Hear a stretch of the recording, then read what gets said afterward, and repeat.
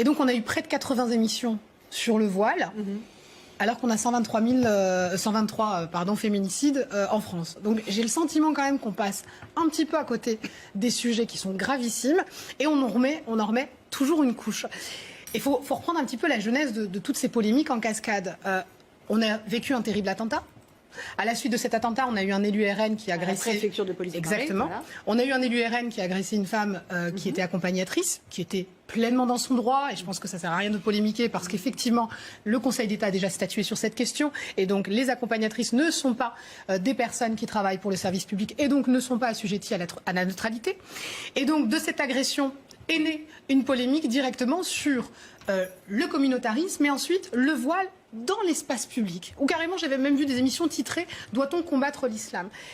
C'est ça, en fait, qui est aujourd'hui choquant. Et ce que je trouve, en fait, hallucinant, c'est qu'on remette encore une fois une couche sur la question de la laïcité. J'aimerais entendre le président de la République sur l'éducation, par exemple. On a eu Monsieur Blanquer.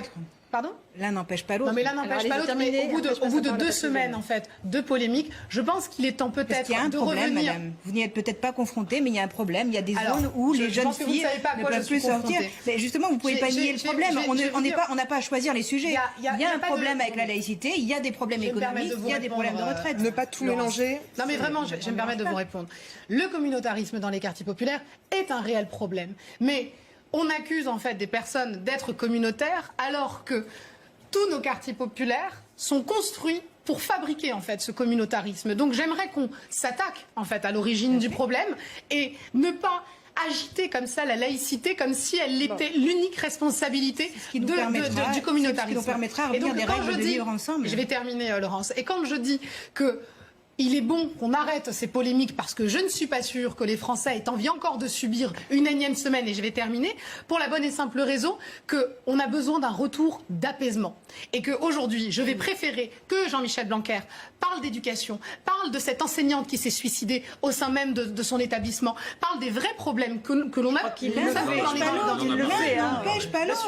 Alors, ok. C'est incroyable de vouloir choisir les sujets et de mettre sous cloche un vrai sujet qui préoccupe les Français. Débat sur l'éducation en France. Je ne crois pas qu'on ait eu 80 débats sur la sécurité dans les quartiers populaires. De ce dont on doit parler. Je ne crois pas qu'on ait eu 80 débats sur le chômage. Donc il y a à un moment donné une cristallisation en fait. C'est pas le sujet.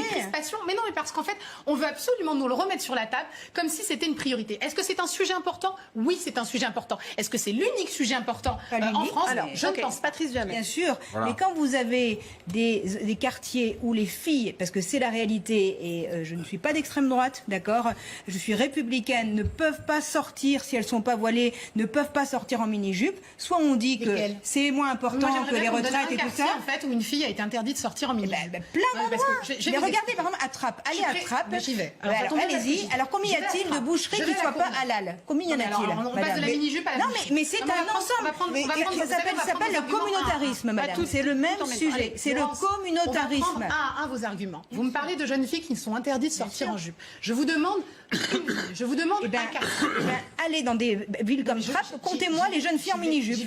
Vous envoyez des jeunes filles en mini-jupe ? Est-ce que vous voyez des jeunes filles en mini-jupe ? Je vois des femmes en mini-jupe. Je vois des femmes avec des jeans troués. Il n'y a pas de problème. Parfois également des femmes qui sont également voilées. Continuez à rester dans votre confort intellectuel en niant les problèmes et le Rassemblement national va exploser aujourd'hui et vous fantasmez en fait les quartiers populaires. Madame, vous savez, Laurence, regardez les sondages sur l'opinion des Français. Je vous invite quand vous voulez à rencontrer Laurent Wauquiez. Mais vous savez ce que je vais faire ? Je vais vous inviter en fait dans les quartiers populaires. J'y suis constamment parce que je suis présidente du mouvement éthique et on est constamment sur les territoires. Apparemment, vous voyez pas ce qui se passe parce que les Français qui sont.